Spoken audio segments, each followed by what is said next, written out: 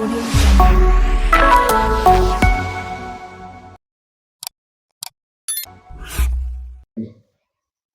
alaikum warahmatullahi wabarakatuh. Alhamdulillahi rabbil alamin, thumma salatu wassalamu ala rasulillahi Muhammad sallallahu alaihi wasallam. Amma baada ya kumshukuru Allah subhanahu wa ta'ala na kumtakia ziada na rehema, isi mwingine ni kipenzi chake Allah subhanahu wa ta'ala, ambaye ndiyo kipenzi chetu sisi, ambacho ndiyo kipenzi cha umma, ni mtume wetu, si mwingine bali ni mtume wetu Muhammad sallallahu alaihi wasallam.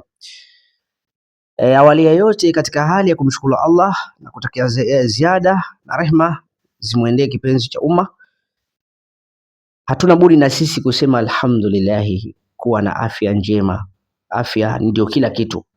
Kikosa afya umekosa mambo mengi. Inshallah tunamuomba Mwenyezi Mungu ajalie ndugu zetu waliokuwa wagonjwa, basi Allah awaponyeshe maradhi yao, waliokuwa na dhiki awaondoshe dhiki, waliokuwa na mitihani mbalimbali awaondoshe mitihani mbalimbali, ili mradi tunakuwa tuko katika hali ya kumuomba Allah subhanahu wa ta'ala kwa kila jambo.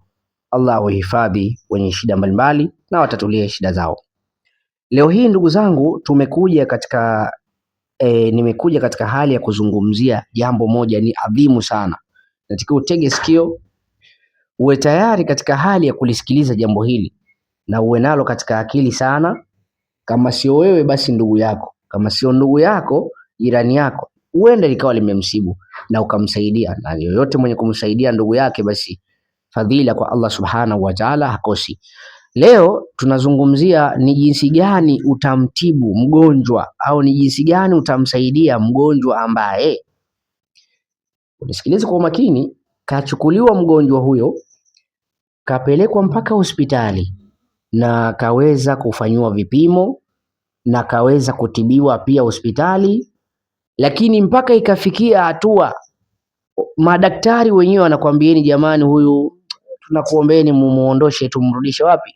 Rudishe nyumbani. Yaani daktari wao wenyewe wanakata tamaa na mgonjwa kwa hali yake jinsi ilivyokuwa ya shida sana. Wanakwambieni, sisi naona hatuelewi, mrudisheni tu mgonjwa nyumbani, inshallah hali yake hivyo. Yani ni sawa sawa, nasema mada yetu inasema ni jinsi gani utamtibu mgonjwa ambaye, ikiwa ni wa kiume ikiwa ni wa kike, ambaye kashakatiwa tamaa na wenye kumuuguza. Ndio mada yetu kubwa sana. Tuende kwenye hali ya kuweza kujifunza elimu hii. Ni jinsi gani utamtibu mtu huyu ambaye wenye kumuuguza washakata tamaa na yeye. Bimaana kwamba cha msingi zaidi, mgonjwa huyu kama inawezekana kutilishwa udhu, basi atilishwe udhu inshallah. Alhamdulillah. Likimaliza zoezi hilo, apatikane mtu ambaye ni mwepesi katika kusoma Qur'ani. Tena hatuendi katika juzuu ya pili, ya tatu, ya nne mpaka ya 30. La, tuko kwenye juzuu amma tu. Awe anaijua angalau juzuu amma, iwe uwezo huo Allah kamjalia kujua hizi sura ndogo ndogo.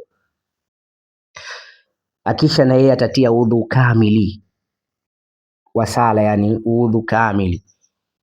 Akisha tamsogelea mgonjwa huyu ambaye aliyokatiwa tamaa kabisa na watu, yani watu wanaona kama sio leo wa kesho hivyo, mkamate kidole cha shahada cha mkono wa kulia, yani yule anayemsomea kupitia mikono yake amkamate kidole cha shahada cha mgonjwa cha mkono wa kulia, alafu asome suratul kafirun.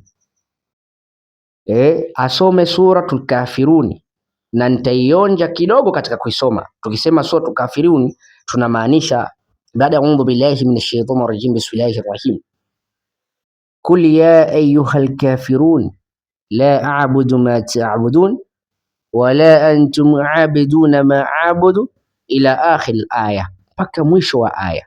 Aisome kwa idadi isiyopungua mara 1002, so 1200, 1002. Akimaliza hapo, aachie kidole cha shahada hicho, akamate kidole cha katikati. Tunachosema kidole cha shahada ni hichi.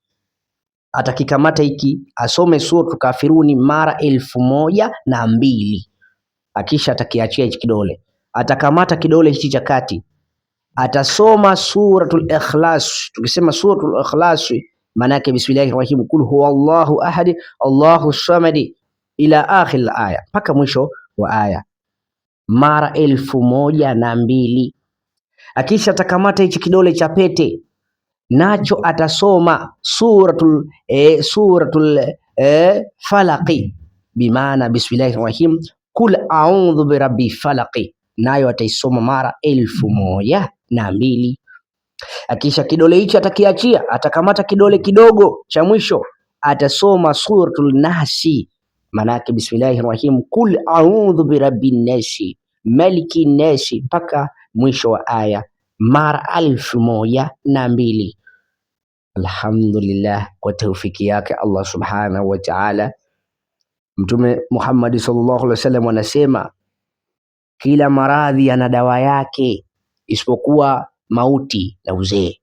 Ikiwa kipenzi chake Allah subhanahu wa ta'ala anasema hivyo, je, mimi na wewe?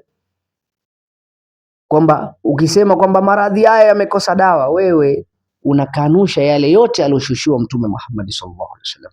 Kwa hiyo mtibu mgonjwa wako kwa namna hii. Atafanyiwa hivi siku ya kwanza, alafu ataachwa wiki hii moja, alafu aje asomewe tena kisomo kama hichi, kun fayakun biidhnillahi taala. Alhamdulillah, Allah kwa uwezo wake na kwa huruma yake kwa waja wake ataenda kupona kabisa maradhi. Haijalishi anaumwa na nini, usiangalie sijui naumwa na hichi na hichi, fanye hivyo nilivyokuelekeza ndugu yangu, utakuja kunikumbuka.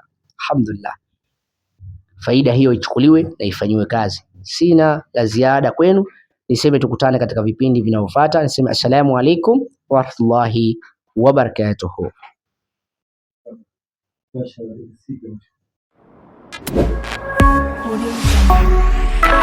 Audio